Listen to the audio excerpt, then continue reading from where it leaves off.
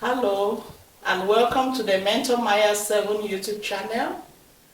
We are happy to be here another day. Even though it's gloomy outside, it's really bright in here because we have yet another very welcomed guest here today. And I will give him the opportunity to introduce himself. And I'm certain you'll be delighted we had this conversation today. So, welcome to the platform. Thank you, Maggie. Could you introduce yourself, please? Definitely. Greetings to all the viewers. I'm Hemle Martin. I'm a government teacher by profession in biology. I'm also an entrepreneur. I'm into many businesses which we are going to discover in a bit. And I'm also an MBA student at the University of Oya doing entrepreneurship. Oh, that's amazing. So, as you heard, he's a teacher, which is going to be the list of our conversations today. Even though I'm running a book club and I'm very well interested in that topic, but we would delve deep into the entrepreneurial side of his living. So, before we get into that, could you give us a background, like how you grew up and what made you who you are today? Okay, I grew up my parents are still alive. Mm-hmm. I grew up in a middle-class family. Actually, my parents grew up in a very poor background. Mm-hmm. So they had to turn that situation around by being very hardworking. My father was a government worker too, a government teacher. My mom was into petty trading, selling in the market, OIC market. Mm. So she was into all of that, selling plastic items like of the brand of Plastic, the famous Storm off. So it was plastic cups, plastic plates and stuff like that. Right. She was selling small things just to get by until she could be able to graduate university and focus more into her own side lane, which was into the civil society work. And so they were able to turn around from that situation of growing from a poor background, mm-hmm. and we were fortunate enough to grow in a middle-class family which has been able to turn around the financial situation from bad to better. Mm-hmm. And personally, growing up in that family, we had all the basic needs that we had. So I wouldn't say I grew up in a poor background, lacking anything. Okay. And we were actually encouraged to study, to follow education seriously. Mm-hmm. We are from a Christian background. I'm from a Christian background. I'm a Christian, so we take education seriously, and automatically that brings into you a lot of competition naturally, because you want to compete with your friends to get better scores and so on. All of those things eventually translate into you competing in real life or wanting to be ambition, basically. Yeah. You being ambitious. So all of that translated into us expressing that ambition into real life to be able to do some of the things which we have been able to do so far, mm-hmm. Which we are still continuing to. Okay. But at that young age, what did you think you would be? What was your dream job?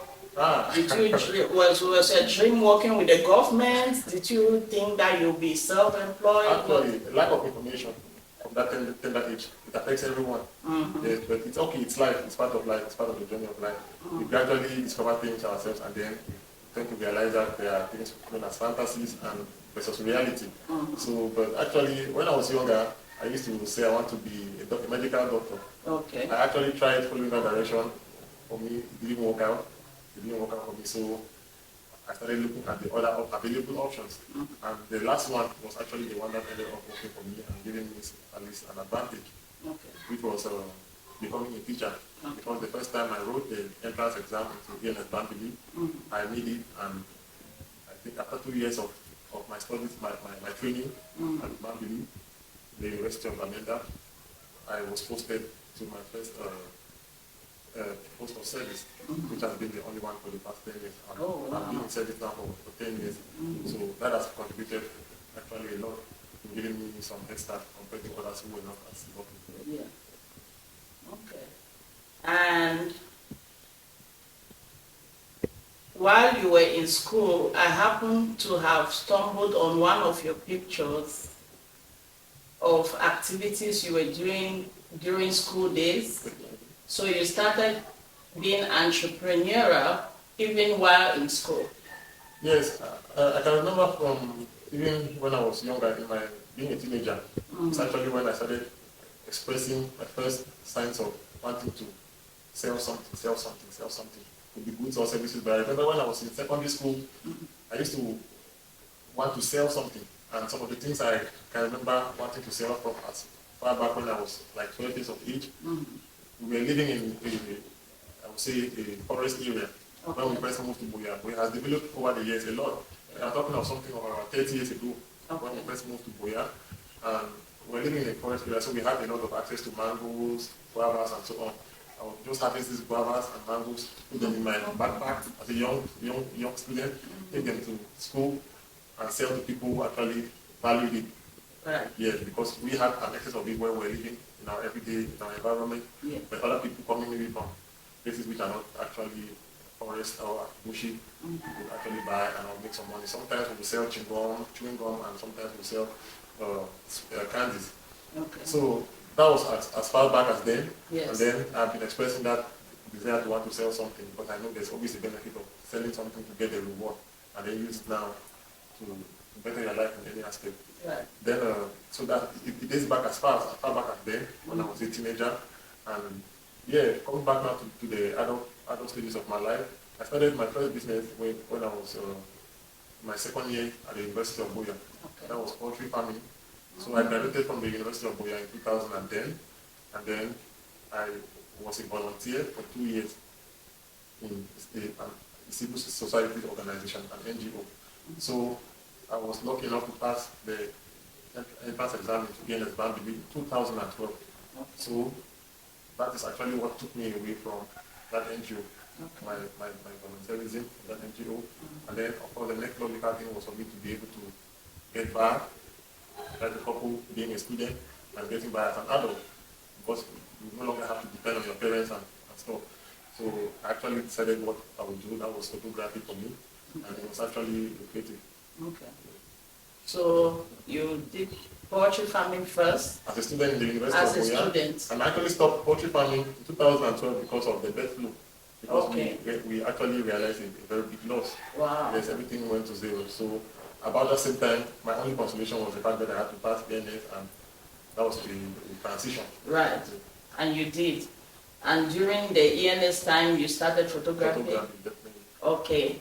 Was that sustainable? Did you get money from it? Yes, as a student, I won't say it was to say the least, it was very lucrative as a student, because I just found myself doing something I've never done before. It was just being it just came from me being enthusiastic about touching cameras and stuff like that, which I had been doing years prior. Right. From 2008, when my pen pal in the US sent me my first digital camera. Oh. So I started learning to take pictures and stuff like that. Okay. If I know that those early interactions with the digital camera and interest in them would lead to me, having some skills to be able to sell the services of photography later on. And it was a lucrative business to the point that I was even boycott classes as a student to answer pressure at my household, just to be able to make some money. Okay. Yeah, so it was that lucrative.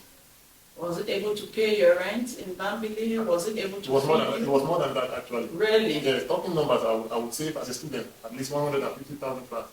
But still going to school and boycotting some classes, yes, but going to school and then doing everything, having to study, having to pass continuous assessment and eventually exams until I graduated. Right. So it's a lucrative business.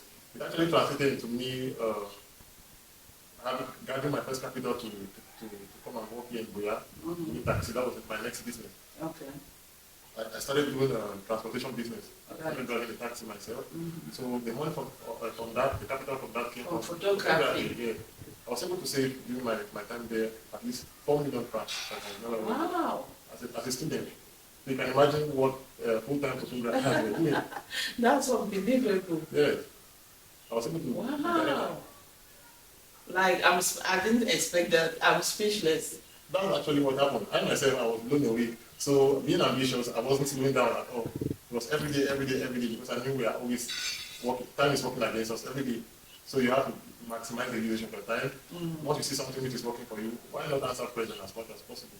So yes, it was a good experience. I was able to know the best out of it and led me to the next venture, and then go from there. Right.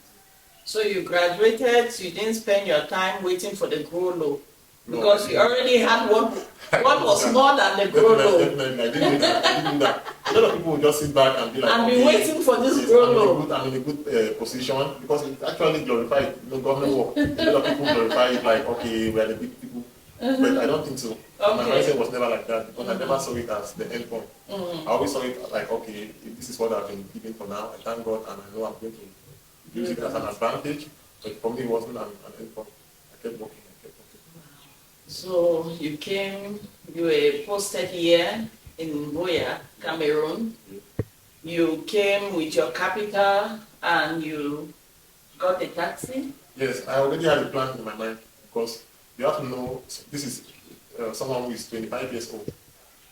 So when I'm no longer a child, I'm not longer very young, and now I would say, starting to be a man, if not already a man. So I already had a plan in my mind. That time is already against me. I need to be able to play catch up and things like that. So I know when I will be posted, there has to be a continuation in my income stream. There has to be a continuation, because if I slow down for whatever reason, maybe because of lack of whatever opportunity to express that passion to try and generate income, it's going to not work in my favor. Yes, but all in all, it's still that good, because at least to say the least, I was in a better position than many people, just having a salary. But if it's possible, you can always have another source of income and another source of income. And like people say, it's never enough. So I had this plan in mind. I knew that, okay, I didn't know it then what I was going to do. So I started learning from other friends in the photography business that this is a good business, especially in Buea. They have good roads and things like that. People even take taxi for short distances. It could be 10 meters to take a taxi. So it's a good business. I was like, okay. And it also fits in well in my context as a government teacher, because you can be able to go to work normally. When you close, you rest, and you decide to go away for 4 or 5 hours at your convenience, at your pace. There's no rush, and you still be able to get something out of it at the end of the day. So that was the next venture I entered into after transitioning from ENS Bank to my first post of service here in Buea. I must say you are not usual, you are unusual.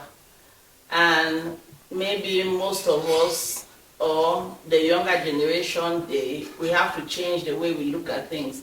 First, when you say at the age of 25, you were already thinking like this, I wasn't thinking nowhere near that when I was 25. I'm surprised, and I think it's actually very common in our society. I don't know how people need to wake up. People actually need to wake up, because there's no time. Just recently I started discussing life expectancy in Africa and then in Cameroon, my friends. Yes. And I was like, so how many more years do we have to live? Wow. And actually, even if you can make it to those 60s, 70s, how many of those are you going to be strong to be able to enjoy anything? Yes. Just eating food. You don't want to get to the point where someone is feeding you and things like that. So people need to actually wake up and realize this and know that, okay, your life is actually on the clock. Yes. And there's no time to waste. Right. If maybe all of this, because everybody have a purpose in life. Why are you actually constantly after this? For me, I know that, okay, if I'm actually doing well financially, I'll actually impact a lot of lives, I'll help a lot of people, starting with myself and my family. Right. So everybody wants to experience, I want to experience a life of financial freedom, and a life of ease where you can be able to help a lot of people in need. Right. So for me, that's a purpose. Yes. And I believe this should be the purpose for many people too. And if that is a purpose, then you need to know your life is on the clock, you need to wake up. Because 25 for me, I knew I was already getting old to not be having some form of income, substantial income, by the way. So how did you build from buying the first taxi, and let me know, not necessarily the journey, but I want to get more of your thinking, how you think. Like, it's easy for somebody to say, I'm a teacher, your salary is guaranteed. You are a government teacher, let me insist on that. Your salary is guaranteed, and then on top of that, you own a taxi with which you drive at your leisure, 3, 4 hours, 5 hours a day. That is still your money. Like, That is like almost daily income. Maybe you don't work on Sundays, but Monday through Friday, Saturday, you're guaranteed some type of daily income. The next thing for most people is to relax and have a good time at that age. Go to nightclubs, date a lot of girls, for guys, for women. They'll wear everything they want to without any restrictions.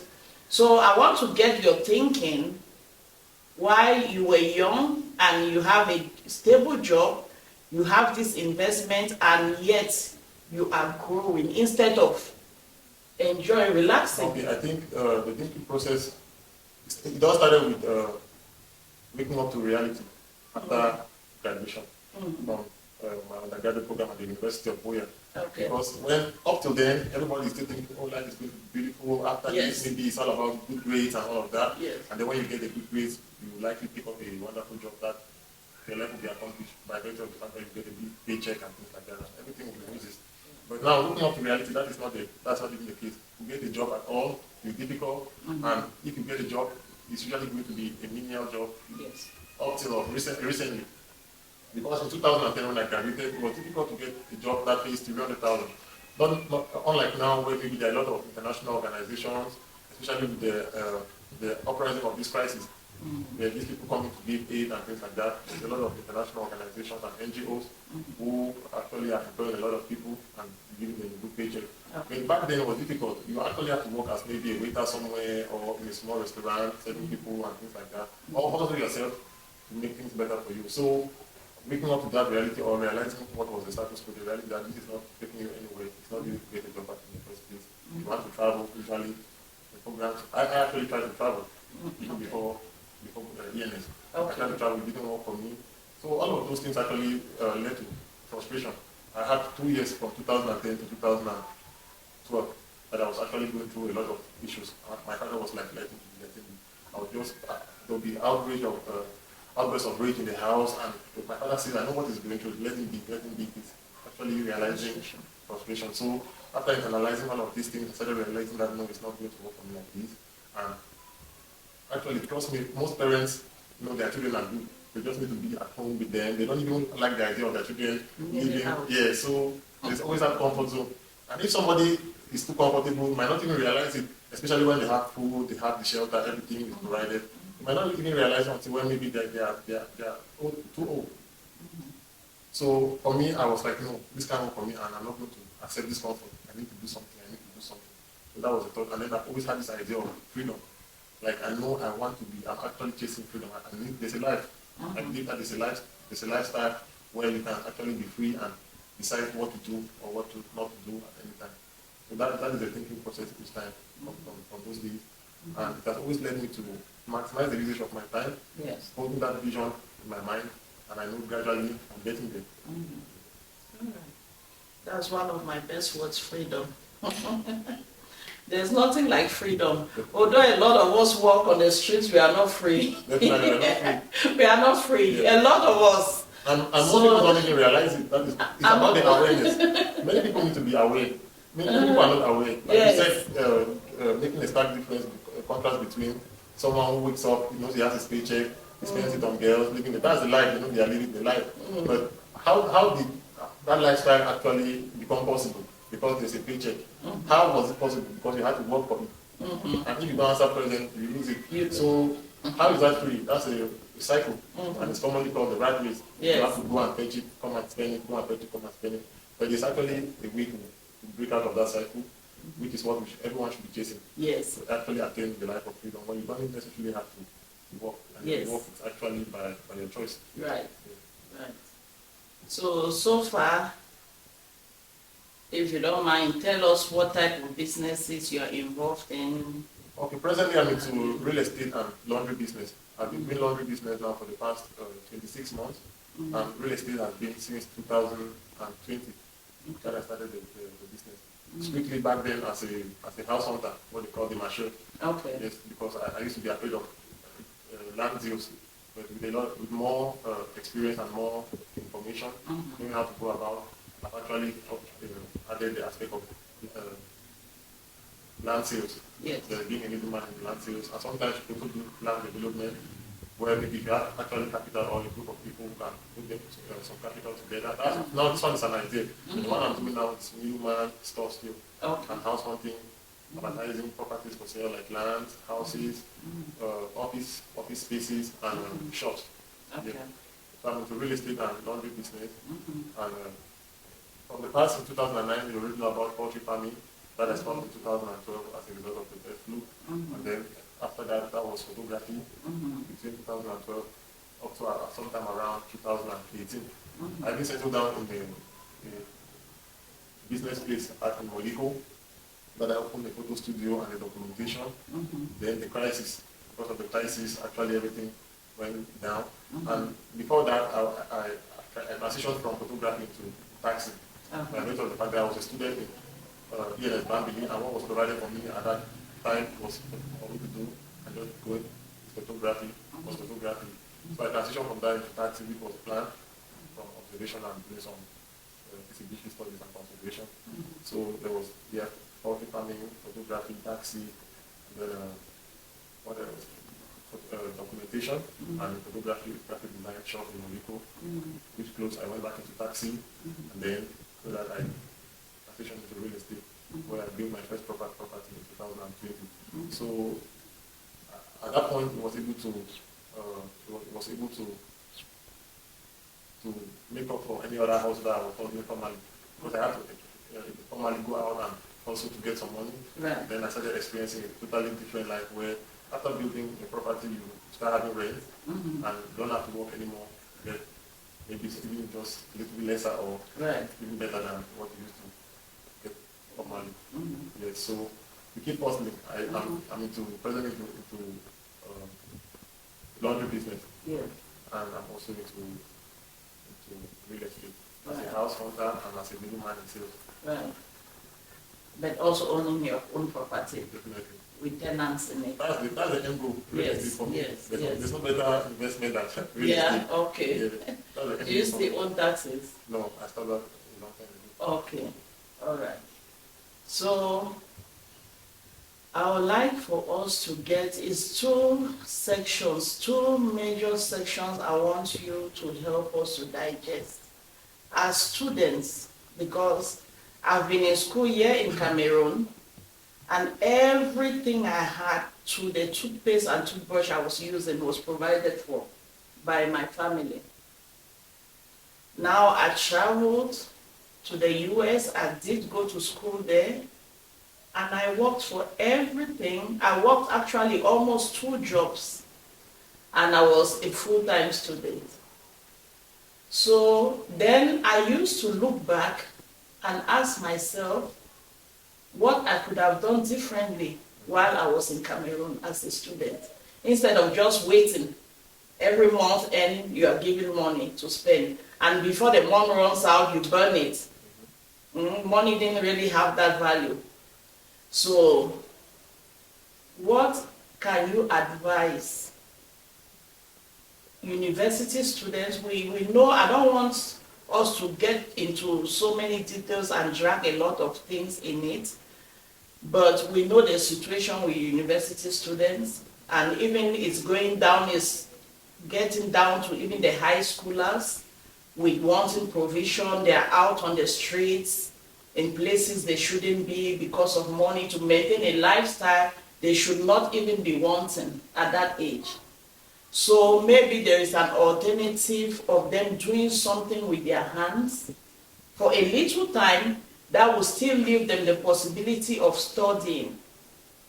So what type of counsel, what type of business ideas can you have, like side hustles, to help them just substitute what their parents give them, and then they get out of the streets? Okay, I think this advice will only be useful to someone who actually has need of it, because you can give an advice to someone who doesn't have need of it, and you just be like throwing water on the dog's back. Students, there's no time. That's the first thing I'm going to say. You need to be aware that there is no time, because being young and in a lot of comfort, I won't say it's too comfortable or the extent of the comfort. Students will tell you they're not very comfortable with their present situation anyways. But I know there are some who are actually comfortable and might not even realize it. that tomorrow life is going to be different from what it is now, and they can't always keep functioning as an entity, as a human being on their parents' pocket, because eventually that sense of independence will come, and feeling ashamed even just to ask for money to do some basic things will set in. So you need to realize this now, and that is in the person that this advice is going to be important. Anybody who is comfortable or who doesn't see the need, then it's not important to them. But now let's say you're in that situation where you're actually trying to have something work in your favor, and maybe to be able to alleviate whatever financial situation. I think it's important. What I can tell students is the first thing they need to have that vision. It's very important. I'm not going to go about beating about the bush. Everybody needs to have a vision. Like there's actually something that is working against us, and it's time. And eventually we might end up regretting why. Like you said, it, we could have done things differently. Everybody comes to a point in time where they feel like they could have done things differently when they were younger. So you are in that stage of your life where you are the young ones or the younger ones, and the advice I can give you is first of all to have a vision that a life of freedom is possible, and there's always going to be a need of you making the most of your time now. Now, how do you make the most of your time? That's where the aspect of time management is going to come. It applies at every level. Don't forget, I gave myself as an example. I believe that was also the case with you and many others who have been us, who have been students and making things work for them. I was a student at the University of Boya. I said I started poultry farming. That's one business which needs a lot of attention and care, because you're dealing with life living organisms, chicken, and they are very fragile. These broilers, they are very fragile. Even sometimes loud noises can scare them, and some of them will be dying right in front of you. You get the point. So it needs a lot of care during the rainy season. It needs a lot of eating and following up with their treatment, vaccinations, and all those things. And who was doing it? I was doing it. Sometimes I would seek help from people who might not have as much interest in it as me, but I was juggling it, and somehow I was making my way out of it.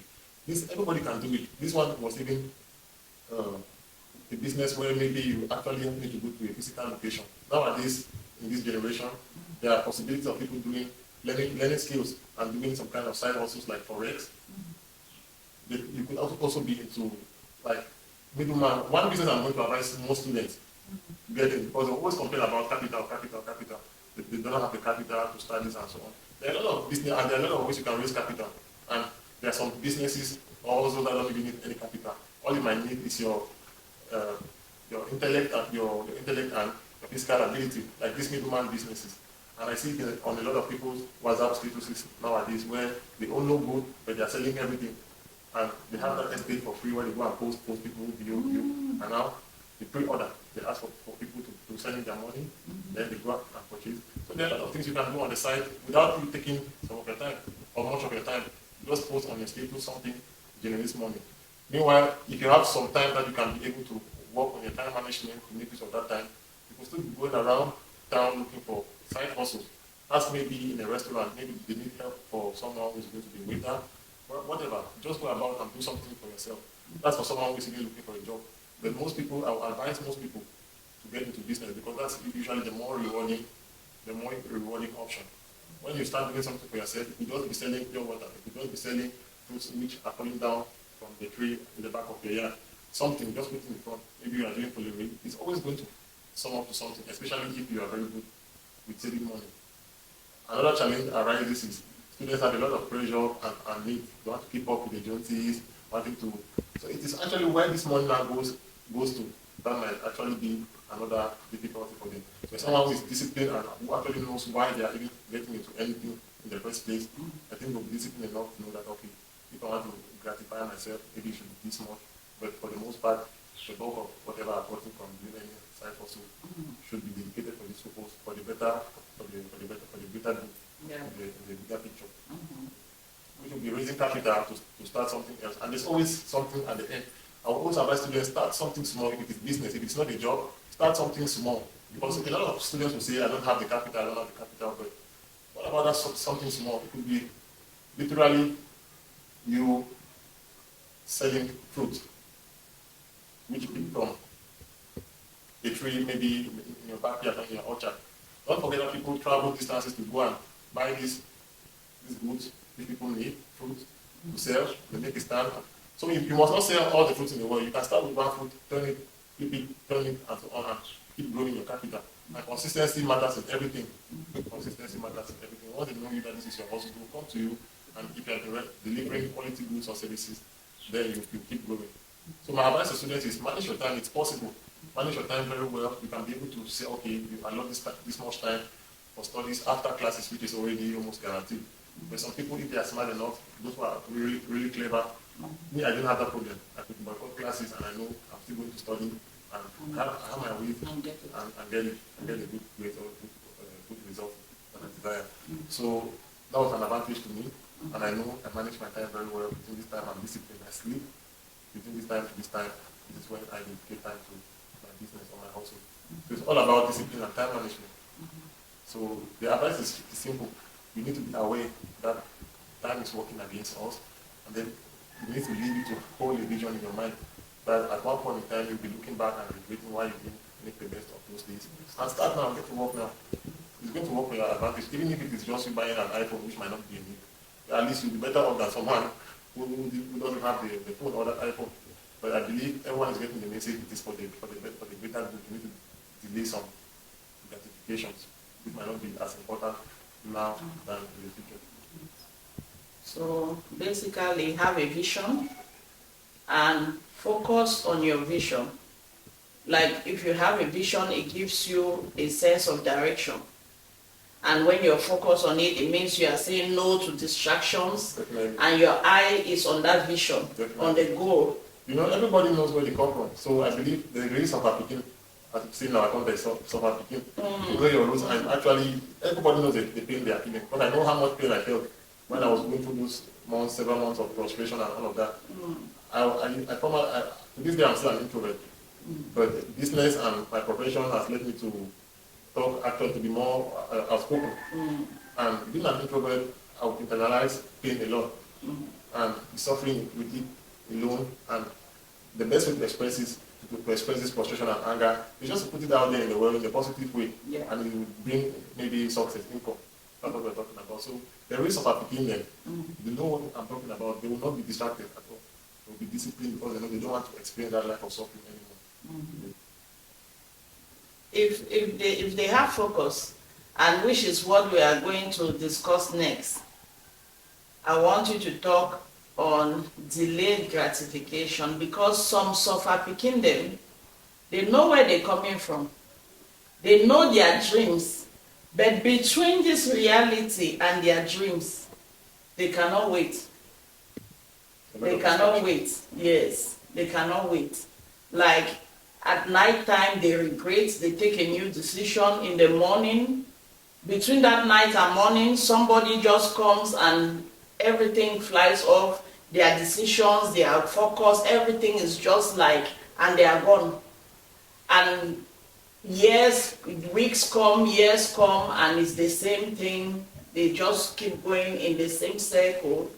And I see that is a huge problem why our society is where it is right now. And sadly, it's like most of us don't even realize it. We don't realize it at all that we are lagging behind. So if you can tell us a little, just speak a little bit on what is delayed gratification, how like practically how does somebody delay gratification? What do you mean, like delayed gratification, and for what? Like if somebody is able then to discipline themselves and they delay gratification, what should they expect as benefits? Okay. You know, there's a common saying that you cannot eat your cake and have it at the same time. Yes, so I'll just start with that, and I think eventually we're going to understand what I mean by that in this life of delayed gratification. Gratification is an English word which simply means pleasure. To gratify oneself means please oneself. So the word delayed gratification means you delaying the process of you pleasing yourself. It could be a need or a want. So most people usually have their needs figured out, and then what is actually conventionally acceptable or Sometimes even by virtue of you being a human being, the flesh has some things which are enjoyable when you experience them. So by virtue of these things, it could be just your natural, your biology, your body, or maybe convention, what people look at school, or maybe yes, you are a symbol of success. That's a trap which many people fall into. For example, let me give you a symbol of what people popularly look at as success. Yes. An iPhone, which actually doesn't mean anything. But a lot of people, and especially the younger ones, will kill themselves to have an iPhone. You get the point. So that they'll be looked upon as doing well financially. But maybe the picture behind might not be true. So delayed gratification simply means depriving yourself of all those things that can please you or make you look good in the meantime. Yes. And I think for somebody who is actually doing good financially, they will not even have to prove that they're doing good. They will just be living their life and it will show, it will reflect that, oh, this person is actually doing good. So that's delayed gratification.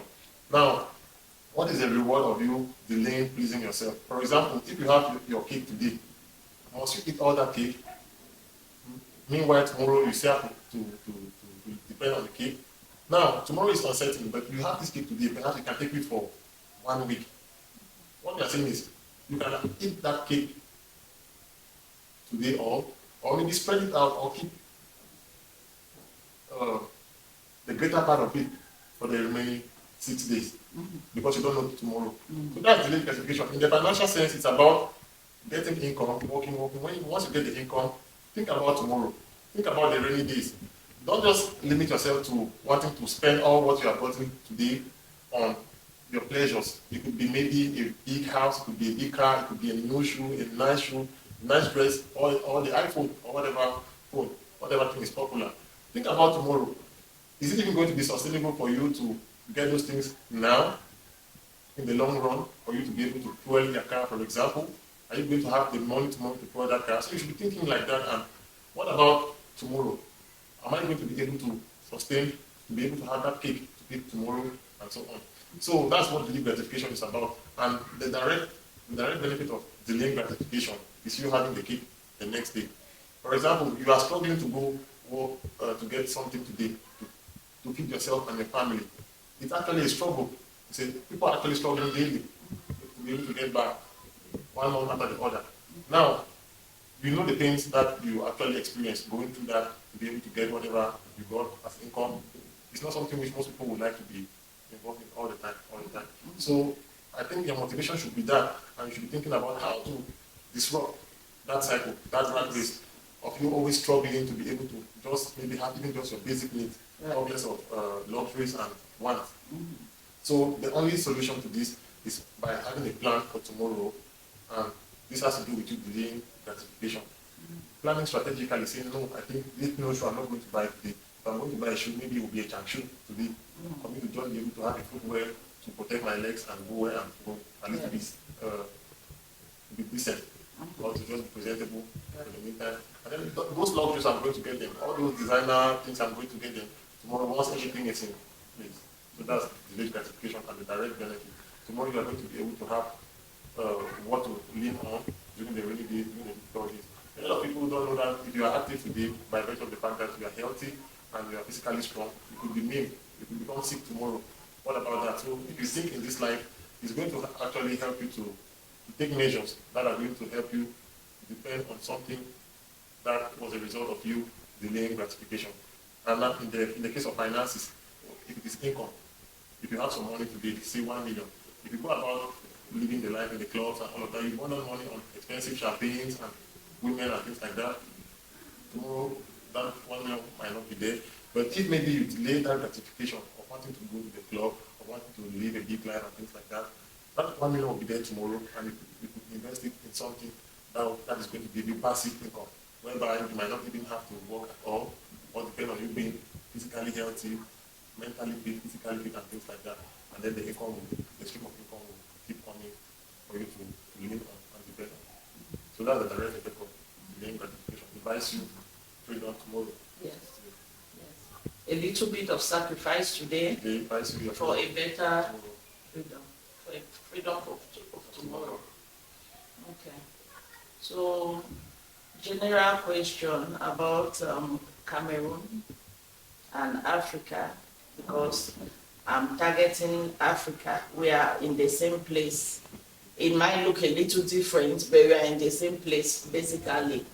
So, what do you think about the economic situation? What can we do? One or two things we can do as individuals or as a community of people, like pockets of community of people. What can we do to better our economic situations? Okay, I think the first thing everyone has to do to better their economic situation, because if you say better their economic situation, it's not a global thing or a general problem as maybe whatever you are feeling is what I'm feeling. Or maybe if your situation changes, it's going to affect me. You need to know and understand that when we talk about economic situation, it's an individual thing first. Because my financial situation might not be the same as yours. Right. But the factors in the economy which actually tend to make the money which we have in our pockets, different pockets, seem to be of little value, might be there for all of us to experience. What might make the difference now would be how much of money each of us has. Actually. So that's why I say it's an individual thing. For you, whom it might be a challenge, the economic situation of the country, what I can advise is you need to be able to adjust your lifestyle. You need to adjust your lifestyle and looking for ways to cut down on your cost. Because the immediate situation can either be one of two things. Either you go and increase your hours of work in a business, maybe you generate a new source of income, or it could be a job or a business, you start a new business, you increase hours in the side also, or maybe get another job, you increase your income to compensate for the difficulties. And the first thing which actually causes a lot of financial difficulties is inflation. Right. Inflation is because the price of things keep going out of the roof, so it seems to swallow up whatever income we have. Such that maybe if something was 1,000 yesterday and now it is 10,000, the 10,000 that you had yesterday is no longer of the same value today because you're only going to buy so much. Right. So the first thing people need to learn to do is look for alternatives, cheaper alternatives, or maybe you seek to increase your income by whatever means, either get another job, which might not be so visible because we have only so many hours in a day. Yes. For everyone, you're not going to kill yourself because things are getting worse. Right. The first solution is to try and reduce your cost and look for cheaper alternatives. My friend used to say that if you are a meat lover, you should turn to tofu. It sounds funny, right? It sounds funny, but that's an alternative. And there are some things which are actually basic needs. We should stick to some of those basic needs to be able to help us survive the difficulty. The whole plan is not to live like that forever, but to survive the difficulty while figuring out ways that can help us improve. Now, talking more about how the financial aspect of it, like how can you better the situation for yourself financially? You know, money not spent. I was talking about the point of money not spent. When you cut down, of course, you are not spending money. So it's as if it's now some new money that you have gotten. Right. So that's how the situation is going to be somehow better for you, but only by a little. Now, to better your situation, for the most part, you have to do with increasing your income, which is where investing comes. Investing comes because how many jobs are you going to work in a day? It's difficult. You find yourself working too much to compensate, and it will take you nowhere. That's why you need to, that aspect of delayed gratification, saving. Now, when things are okay, and this is the winning days. Because trust me, it's not going to get better. I keep telling people it won't get better. Right. And it's, for those who know how money works, more money into the society only means more inflation. Right. Yes, because they keep printing money and pumping it into the society, that's more inflation and it's swallowing the value of our money. So prices will keep increasing because there's a lot of money, cash to go around. So which makes it to the value of the cash, the value of the money to be diluted. So people need to be aware of these and figure out how to compensate in a way that is not going to kill them physically. It's not by working. Now that things are okay, even at the present situation now that we are complaining, it's only going to be worse tomorrow. So today might seem better tomorrow. Yes. Today might actually be better than tomorrow because inflation. When tomorrow comes. Definitely. So what we are complaining now is actually better. Trust me. Tomorrow is going to get worse and you need to be able to put in the measures now. Save to invest. Save. It's true. People talk about real estate and this is what is given to every average person out there to do for them to stand a chance at succeeding. Because not everybody can, and it's not even in every society. Like also in Cameroon, we don't have things like stocks or 401k accounts, Roth IRA accounts where you can be able to invest and then it starts giving you passive income or interest and things like that. Right. So what is given to the average person, especially in our context like Cameroon, is real estate to become a landlord or yes, a landlord. So I think that should be the end game for most people. They should be thinking of how they're going to buy the land and then maybe develop it to sell the value to people. Because people constantly have need of real estate, either in the form of raw land or housing. Yes, so real estate actually beats inflation all the time because that is tangible property. It's no longer cash. Right. So its value cannot be swallowed by inflation. Right. And keep having tenants. It's like a money printing machine, whereby you as a landlord can decide to also follow the inflation and say, okay, things are becoming difficult, and that's the only to compensate. Yeah. That's when inflation keeps going round. Because it might start with fuel, but maybe the person who puts fuel in their car gets too difficult for them. They feel like, okay, I'm a landlord, the only way for me to compensate is to increase my rent. The next person selling vegetable is like, Massa, landlord don't increase house rent. This man Jama of 100 years a day, it's going to be 500,000. So that's why inflation goes like a domino effect. Yeah, affects every sector. It starts somewhere, but it keeps going around, and everybody has to compensate. Yeah, so I think you can be able to pardon your inflation by investing, always investing to keep growing your income. And once you have this system in place, like maybe houses, like I said, you can also increase your prices easily. Yes, you will be one of the first people to increase your prices easily because you have something tangible that is of value to people that you can sell and say, okay, I'm sorry, tenants will increase 5,000 francs to their monthly rent. So I think it's about investing because inflation will keep doing its job. I haven't done it, but I'm about to do. What are you talking about? Adding the rent. Okay. To follow the inflation. Yeah, you mean like for 10 years, okay. I haven't shaken it. Okay. Yes, That's because you're not feeling it.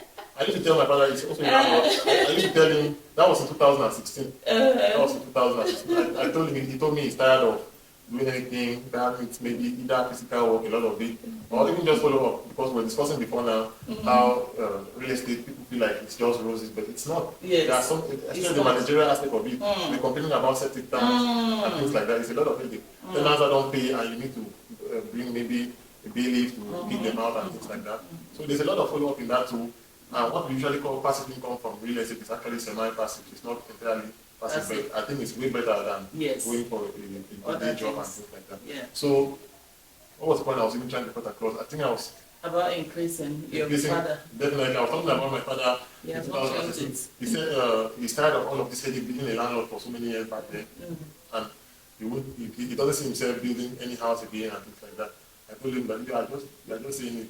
Inflation will make you, and to this day, he hasn't stopped. It's still there. Because after a few years later, he started feeling the pinch of maybe it was his 200,000 that he was getting as rent. It seems to not be anything at all. So where did the money go to? Yes. Inflation has swallowed the value of that money. So he needs to do something. That's why people say rich people are greedy. What do you expect? The reward of labor is wages, right? Maybe the reward of investing is passive income. Yes. Yes, rent in the form of rent, dividends, and things like that.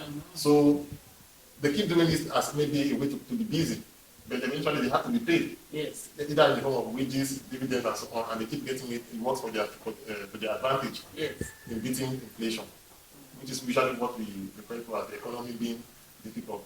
The economy is not a thing where maybe they have kept money somewhere, and then someone came and took away that money, and everybody started suffering. It's just these things which we are talking about. Price of gallon oil has increased, and it's usually inflation for the most part. All right. Lastly, please, is there hope here for the people that are younger than myself, and maybe those that are still in the university ages, undergraduate? Is there hope, or what is your view about this tunnel eyeing of going abroad that we all want to do? I think there's hope. What I'll say is there's hope in this country. What usually kills people is wanting to run faster than their shadow. I've also been a victim of that, of greed. And we need to be able to learn to control our greed. If you don't control your greed, you want to something is working already, something is working, you are doing something, it's working, you feel like, no, you want to make it, and you even take the next step of trying to ensure that it goes faster, and then it works, but you feel like, no, it's not fast enough. Trust me, at one point in time, you get burned, and it's usually in the form of maybe so-called investment. It could be a Ponzi scheme, right? Or maybe it could be a gamble. That the outcome is uncertain, and then usually those odds are usually stacked against you, and you end up losing money, which is actually you losing time, because you have to recover from it, and that's actually some years of your life that you're going to lose. So I think there's hope. People usually get burned along the line and get disappointed with the country. As a result, for those for whom it is actually working, the money starting to grow, and they gather some, they're starting to gather some people from steam. It's really great. That makes them to have some pitfalls. Okay.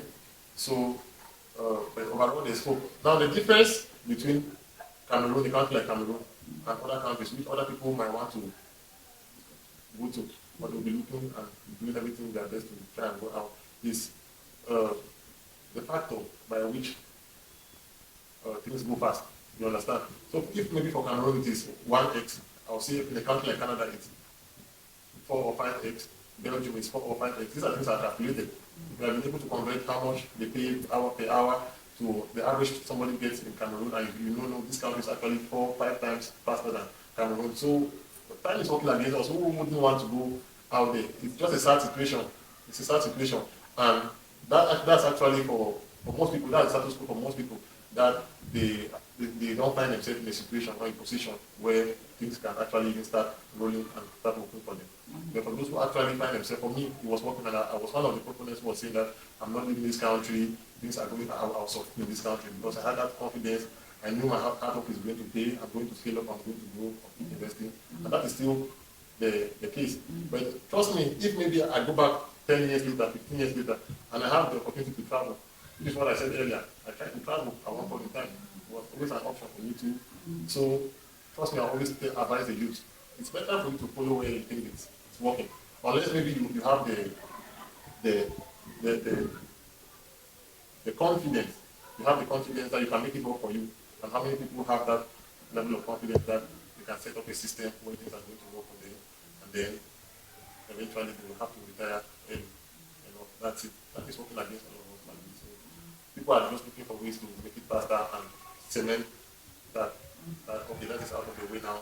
Maybe we can go back to our motherland and stay there forever. Some people come back, I know. Yes. Some people come back, others decide to just stay there for the luxury and other things. Yes. Maybe the country and all of that. Yes. You look at some of the basic needs, light and water. It's still a major problem here. Yes. Yeah. So you see, even for someone who wants to make things work for them, it's still a big headache. Yes. I'm talking from experience too, and the laundry you get. So water and power is a basic need for us, but a whole big problem. And then overcoming it too comes at a cost, usually with headache and all those things. So people feel like, but it's a country where they don't think about it. Yeah, they don't even think about it. Everything is so. There's a lot of benefit out there. I would not say it's not possible in our country. We can make it work for us, but it's not guaranteed to work for everyone. So everyone has a choice to do as they please. Okay. Wow. All right. Thank you. That's amazing. You didn't mention about your book. You're an author. So I guess today is an author, and of course, it's about making money. Yeah. So we have his book right here, Self-Making to Riches. Can you see it? Becoming Rich from Nothing. And it's also available on Amazon. I actually got a copy from Germany, Amazon, and there is audio copies too. There's also audio copies. Yeah. On Audible and all the audio platforms online. Yes. Where you could search Self-Making to Riches by Hemle Martin and purchase a copy of it. Yes. For those who don't like reading. I actually put a lot of passion into it. It was my first ever project. I didn't ever think of writing a book, but I was inspired to teach. I like teaching. That's one aspect about me. So I like teaching, and this has nothing to do with me becoming a biology teacher. I just like teaching. Okay. So even if I wasn't a teacher, you will still. Yes, I like teaching. I like giving out knowledge out there. At one point in time, I thought about opening a YouTube channel to be educating people, but I got too busy. I was caught up in a lot of hustling to make things work for me. Yes. Because it has to work for you first. Right. So that's why to this day I've never started a YouTube channel educating. But who knows? Along the line, I might follow you. Okay, yeah, that would be awesome. So, author is Hemle Martin, yeah? So available in soft copy on Amazon, and the audio version are available on Audible and other streaming audio platforms. And then you can get it if you're in Cameroon or in Boya, you can get the hard copy sent to you anywhere in Cameroon. So you just contact the number on your screen, 6744 75407. I repeat again, 6744 75407. Okay. Give me a text on WhatsApp, a regular text, or you call me, then I'll be even willing to interact with you and actually like this. Okay. And this is a workbook? It has a workbook? No, it doesn't have it doesn't have a workbook. Okay, all right. Okay. So as you've heard, here is even more details on the things that he has so far tried and have worked, and he's able to put them down on pages so that it can be able to help other people. It's better to use the experiences and mistakes of others than for us to experience it ourselves. When we learn from others who've gone through a process, it speeds up our own process. So that is our conversation for today. I hope you're able to learn a thing or two. I have certainly, and especially when it came to the topic of talking about the youth of Cameroon, whether they should travel or stay here. I wasn't expecting that answer from him, but I'm glad he thought the same way that I think. So get what you can from the video, be encouraged. The economy is difficult, to say the least, but together with talking and expressing our ideas and sharing our ideas, we can all grow together and defeat the challenges. So thank you, and see you in the next episode. And thank you so much for coming. I'm grateful. I'm honored, Maggie. Okay, thank you.